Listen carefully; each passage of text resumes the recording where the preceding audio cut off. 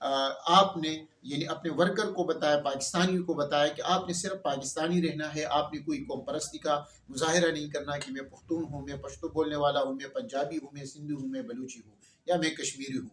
ہم سب مسلمان ہیں، اور آپ نے یہ بھی نعرہ نہیں لگانا ہے کہ میں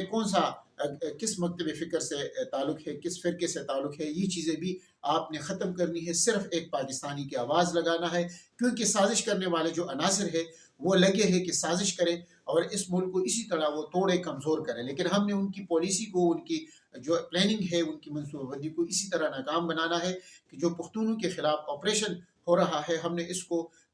قومیت کا رنگ نہیں دینا، لیکن یہ احتجاج ضرور کرنا ہے کہ یہ ظلم ستم بند کرے کہ آپ ٹیکسیوں میں بھی، گاڑیوں میں بھی لوگوں کو روکتے ہیں، ان سے آئی ڈی کارڈ پوچھتے ہیں، اگر وہ پختون ہے تو ان کو آپ جیلوں میں لے جاتے ہیں، ان سے پیسے لیتے ہیں، ان پر ظلم ستم کرتے ہیں۔ خدا کا خوف کرے، خدا سے ڈرے۔ یہ جو آپ کرسی پر یا اقتدار میں بیٹھے ہیں تو یہ ہمیشہ کے لیے، یہ کرسیاں اقتدار نہیں ہوتی، اگر یہ ہمیشہ کے لیے ہوتی تو آج اس کرسی پہ، اس اقتدار کے ایوانوں میں آپ بھی نہ ہوتے۔ اور جس طرح آپ پولیس والے ہیں، آپ سیکورٹی والے ہیں، جس کرسی پر آپ بیٹھے ہیں، اگر آپ یہ کرسی اتنی مضبوط ہوتی تو آپ سے پہلے جو لوگ ہوتے وہ بھی ابھی تک اس کرسی پہ بیٹھے ہوتے،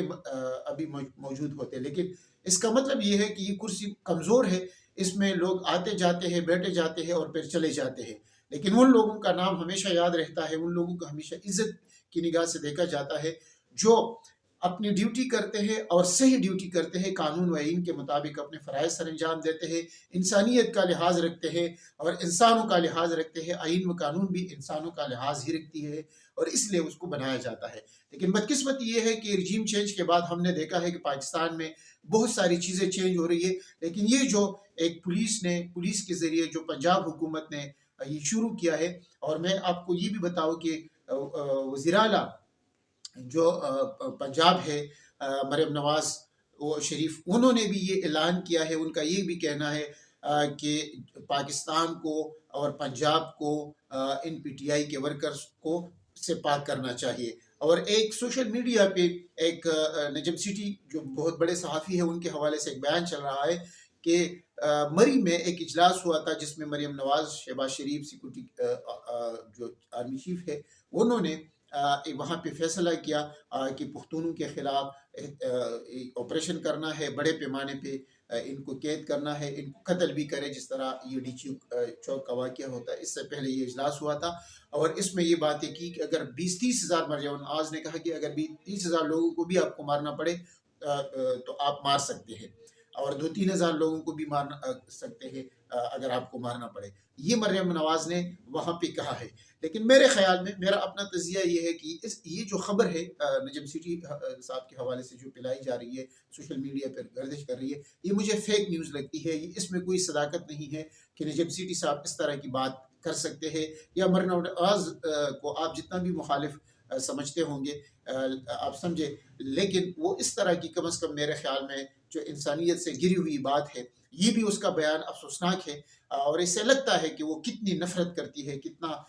نون لیگ کا وتیرہ رہا ہے کہ ہمیشہ انہوں نے پنجاب کا نعرہ لگایا ہے، پختونوں کے خلاف آواز بلند کی ہے۔ انہوں نے کبھی بھی پاکستان کا نعرہ وہ نہیں لگاتے کہ ہم سب پاکستان کے رہنے والے، سب پاکستانی ہے، آئین و قانون کے مطابق سب جوادے ہوتے ہیں۔ اگر آپ اس طرح کی باتیں کریں گے تو اس سے مزید نفرت پھیلے گی، آپ کے خلاف پھیلے گی، آپ کی پارٹی کے خلاف پھیلے گی، اور جو اداروں کے خلاف آپ نفرت پھیلانا چاہتے ہیں ان کے خلاف بھی پھیلے گی۔ تو خدا را ملک پہ رحم کرے اور اس طرح کے بیانات سے باز آئے، اور یہ جو آپ نے آپریشن شروع کیا ہے پختونوں کے خلاف، اس سے مزید آپ نفرت کو ہوا دے رہے ہیں۔ خدا را اس پر بھی، اس کو ختم کرے اور اس اپنی پالیسی پر غور کرے، اور جتنے بھی آپ نے بے گناہ لوگوں کو پکڑا ہے ان کو رہا کرے، اور آپ پورا ایک ڈیٹا شیئر کرے۔ پولیس والے ڈیٹا نہیں دیتے، ہم نے خود بھی ریسرچ کی، ادارے ڈیٹا نہیں دیتے کہ کتنے پختون گرفتار ہوئے ہیں، یا پی ٹی آئی کے اور کتنے لوگ گرفتار ہوئے ہیں۔ آپ یہ ڈیٹا شیئر کریں کہ لوگوں کو معلوم ہو کہ ہمارے لوگ جو ہے وہ پولیس کے تحویل میں ہے، اور پی ٹی آئی کو بھی اس پر بہت زیادہ غور کرنا چاہیے، کیونکہ اطلاعات وہی ہے کہ بہت سارے لوگ جو ہے وہ شہید ہو چکے ہیں، اور پولیس کے پاس، اگر آپ کہتے ہیں کہ یہ لوگ گرفتار ہوں گے تو میرا نہیں ہے کہ پولیس کے پاس بھی یہ لوگ ہوں گے، لیکن پولیس کو ان الزامات کو ختم کرنے کے لیے، اس طرح کے افواہ کو ختم کرنے کے لیے ضروری ہے کہ گرفتار شدہ لوگوں کو ایک تو عدالتوں میں پیش کرے اور ان کا مکمل ڈیٹا قوم کے سامنے رکھے۔ جو پی ٹی آئی ورکر ہے یا دوسرے لوگ گرفتار ہوئے ہیں وہ بھی شیئر کرے، پی ٹی آئی کے ساتھ شیئر کرے، عام میڈیا کے ساتھ شیئر کرے۔ دوستو آج کے لیے اتنا ہی، انشاءاللہ نئی ویڈیو کے ساتھ دوبارہ حاضر ہوں گے۔